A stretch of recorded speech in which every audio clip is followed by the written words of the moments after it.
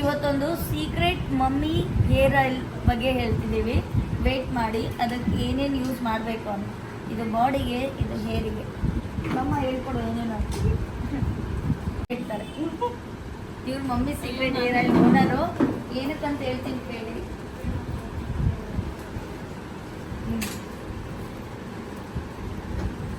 Hair ನೋಡ್ತಿದ್ದೀರಾ ನೀವು?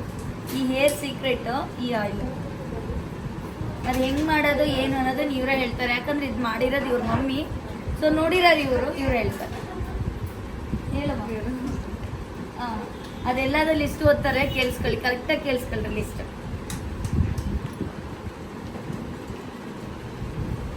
Bore ಆಗ್ತೈತಾ? ಬೋರ್ ಆಗ್ತಿದ್ರು ಒಂಚೂರು ಇವ್ರನ್ನೆಲ್ಲ ನೋಡ್ರಿ, ಇಲ್ಲಿ ಸರ್ಕಸ್ ಮಾಡಿ ಕ್ರಿಮ್ ಮಾಡ್ತವ್ರೆ. ಈ ಮೇಡಮ್ ಹುಷಾರಿಲ್ಲ.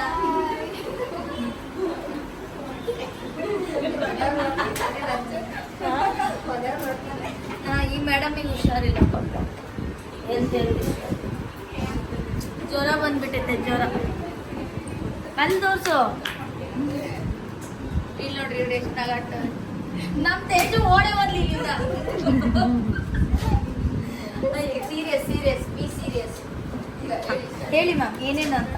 ಇದಕ್ಕೆ ಏನೇನು ಇಂಗ್ರೀಡಿಯೆಂಟ್ಸ್ ಬೇಕು ಅಂದ್ರೆ ಇದಕ್ಕೆ ಏನೇನು ಹಾಕ್ಬೇಕು ಅಂತ ಅಂದ್ರೆ ಹೇಳಿ ಮ್ಯಾಮ್. ಮೆಂತೆಕಾಳು, ಬಾದಾಮ್ ಆಯಿಲ್, ಆಮೇಲೆ ಸಾಸಿವೆ ಆಯಿಲ್, ಆಮೇಲೆ ಕರಿ ಎಳ್ಳು, ಈರುಳ್ಳಿ, ಆಮೇಲೆ ಹೈಬಿಸ್ಕಸ್ ಲೀಫು, ಆಮೇಲೆ ಹೈಬಿಸ್ಕಸ್. ಇರಪ್ಪ, ಅವ್ರು ತುಂಬಾ ಒಡಾಡ್ತವ್ರೆ, ನಾನು ಹೇಳ್ಬಿಡ್ತೀನಿ. ಸೊ ಫಸ್ಟ್ ಒನ್ ಇದಕ್ಕೆ ಬೇಕಿರೋದು ಮೆಂತೆಕಾಳು. ಎಲ್ಲರಿಗೂ ಗೊತ್ತಿದೆ ಮೆಂತೆಕಾಳು. ನೆಕ್ಸ್ಟು ಬಾದಾಮ್ ಎಣ್ಣೆ ನೀವು ಯಾವ ಬ್ರ್ಯಾಂಡ್ ಆದ್ರೂ ಯೂಸ್ ಮಾಡಿ. ಆಮೇಲೆ ಸಾಸಿವೆ ಎಣ್ಣೆ.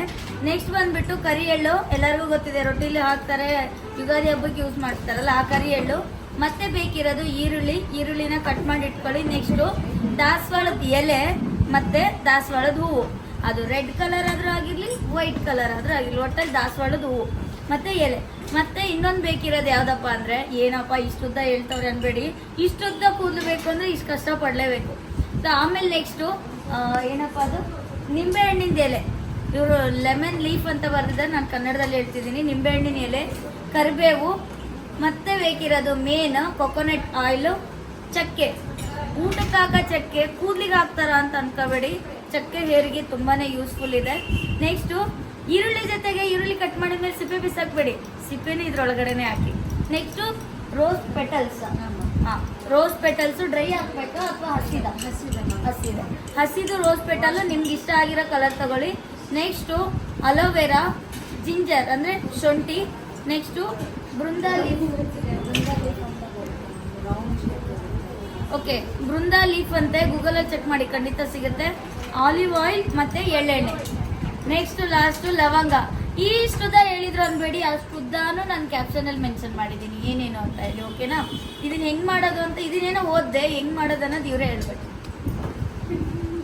ಅದನ್ನ ಸ್ಟಾರ್ಟಿಂಗ್ ಫಸ್ಟ್ ಲೀವ್ಸ್ ಏನೇನಿದೆ ಅದನ್ನೆಲ್ಲ ಒನ್ ಟೈಮ್ ವಾಶ್ ಮಾಡಿಬಿಟ್ಟು ಒಂದು ಬಟ್ಟೆ ಮೇಲೆ ಹಾಕಿ ಅದು ಸ್ವಲ್ಪ ಡ್ರೈ ಆಗೋ ತನಕ ಬಿಟ್ಟು, ಅದು ಡ್ರೈ ಆಗೋ ಅಷ್ಟರಲ್ಲಿ ಒಂದು ಪಾತ್ರೆಯಲ್ಲಿ ಅದು ಎಲ್ಲ ಆಯಿಲ್ಸ್ ಹಾಕಿಬಿಟ್ಟು ಅದನ್ನ ಸ್ವಲ್ಪ ಬಾಯ್ಲ್ ಮಾಡಬೇಕು. ಇದು ಲೀವ್ಸ್ ಎಲ್ಲ ಡ್ರೈ ಆದಮೇಲೆ ಅದನ್ನ ಅದಕ್ಕೆ ಹಾಕಿ ಒಂದು ಹಾಫ್ ಅನ್ ಅವರ್ ಬಾಯ್ಲ್. ಏನು ಹೇಳ್ತಿದ್ದಾರೆ ಗೊತ್ತಾ? ಇರಿ ಏನು ಗೊತ್ತಾ, ಅದರಲ್ಲಿ ಏನೇನು ಗ್ರೀನ್ ಲೀವ್ಸ್ ಹೇಳಿದ್ವಿ ಗೊತ್ತಾ?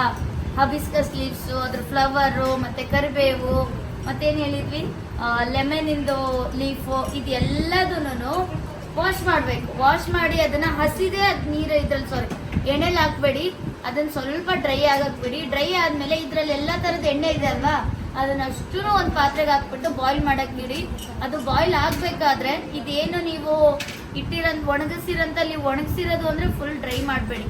ಅದು ನೀರಿರುತ್ತಲ್ಲ, ನೀರು ಒಣಗಬೇಕು. ಅವ್ರು ಹಂಗೆ ಸೆಂಟ್ರಿಗೆ ಬರ್ತಿರ್ತಾರೆ, ಅದನ್ನ ಅದ್ರೊಳಗಡೆ ಹಾಕ್ಬಿಟ್ಟು ಬಾಯ್ಲ್ ಮಾಡಿ. ನೆಕ್ಸ್ಟ್ ಅದು ಬಾಯ್ಲ್ ಆದ್ಮೇಲೆ ಕೆಳಗಡೆ ಇಳಿಸಿ ಒನ್ ಡೇ ಫುಲ್ ಅದು ಆರಕ್ಕೆ ಬಿಡಬೇಕು. ಆರದ್ಮೇಲೆ ಅದು ಗ್ಲಾಸ್ ಜಾರಲ್ಲಿ ಅದನ್ನ ಸ್ಟೋರ್ ಮಾಡಿ ಇಟ್ಕೊಂಡು ವೀಕ್ಲಿ ಒನ್ಸ್ ಇಲ್ಲ ವೀಕ್ಲಿ ಟ್ವೈಸ್ ಅಪ್ಲೈ ಮಾಡಿ. Mummy secret oil ready. One time wash ಮಾಡೋದು 1 ಗಂಟೆ ವಾಶ್ ಅದನ್ನ ಅಪ್ಲೈ ಮಾಡಿ ಒನ್ ಅವರ್ ಆದಮೇಲೆ ಅದನ್ನ ಹೆಡ್ ವಾಶ್ ಮಾಡ್ಬೋದು.